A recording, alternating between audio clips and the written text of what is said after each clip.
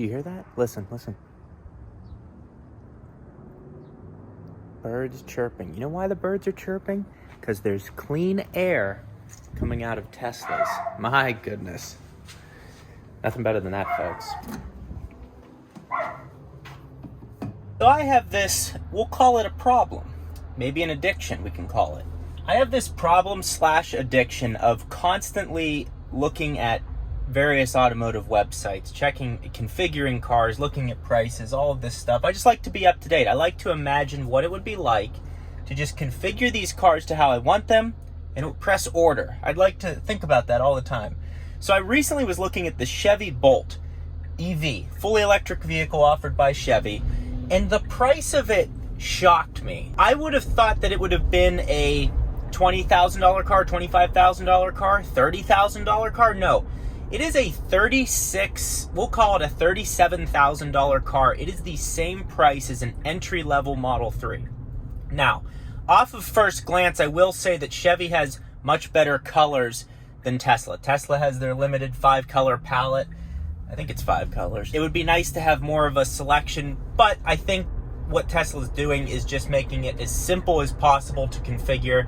And honestly, they need to work on their paint quality anyways, so they really should up that. But I just can't imagine, and I'm trying to understand, if you're someone out there that purchased a Chevy Bolt, which is a front-wheel drive car, it's fully electric, it has 259 miles of range, it has 200 horsepower, which is not that much. I think the standard range Model 3 is like 275-ish. I can't imagine why you would purchase that over a Tesla. And I know it sounds like I'm just some Tesla fanboy, which I'm becoming that. Let's be honest here. Let's be honest, that's what I'm becoming. We don't want to lie here. But I just truly don't, like, if you're taking $37,000 out of your pocket and you're handing it to Chevy for their fully electric vehicle, what sold you on that over buying the entry-level Model 3, which has slightly more range, it's faster, it's more fun to drive. The trunk is slightly bigger in the Volt. I think it's 18 cubic feet. The Model 3 is 15 cubic feet. I'm in a Model Y if this is your first time tuning in. This is my 2020 Model Y. I got the white interior. It's a long range. I don't know. I'd like to understand, if you bought a Bolt over a Tesla, why did you do it? You have the Tesla charging network. The car is just so capable with the infotainment system. It's simple, clean interior with constant updates. Panoramic glass that Arizona sky looks beautiful out of. I don't know. I just can't imagine what would drive me to do that. It would make sense to me if you're getting a discount on the car. You don't even get power seats in the Chevy Bolt. Like, imagine spending $37,000 on a car that's supposed to be a comfortable everyday driver and there's no electric seats in it.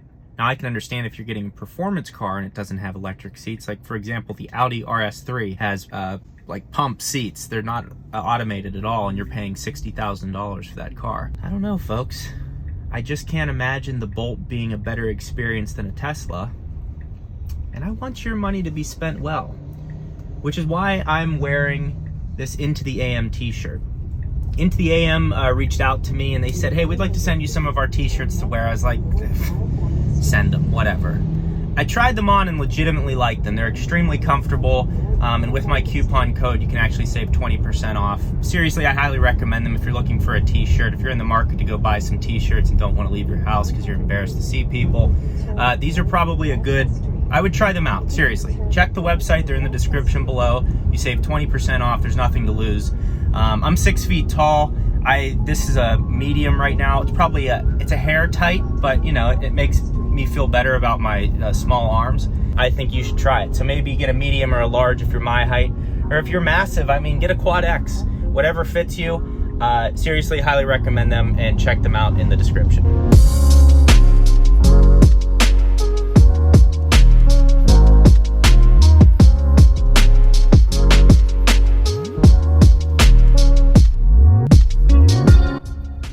Nice little Audi TTS there. These are kind of rare to see. Good looking car though. Just had a little golf deviation. I wanted to show you guys what's in the bag for those of you who play golf. Even roll putter, M3 driver with an Acura shaft, Sim 3 wood with O-band shaft.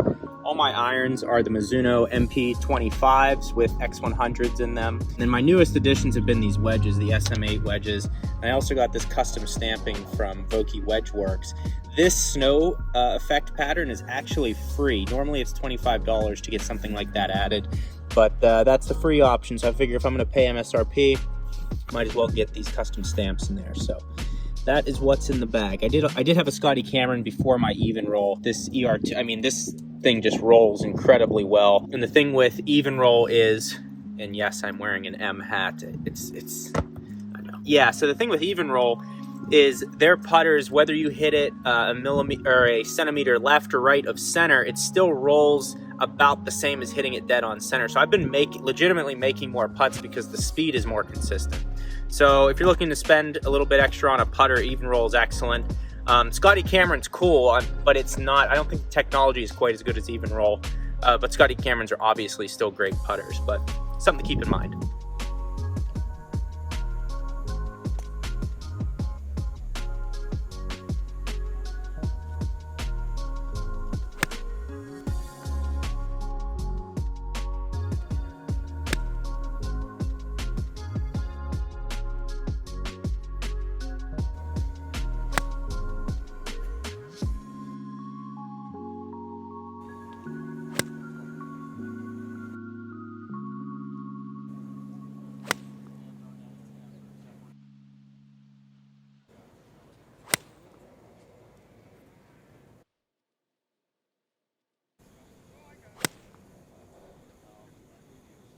That concludes today's video. I appreciate you guys tuning in. Some of you have asked about this Sunjoe pressure washer. I'm about to clean my car right now. The thing works great. It's definitely great to have this when cleaning a car, but it's also not necessary. If you think you're going to buy a pressure washer and that is going to make it easy to just clean your car, that's not the case. You still need to run a sponge over it.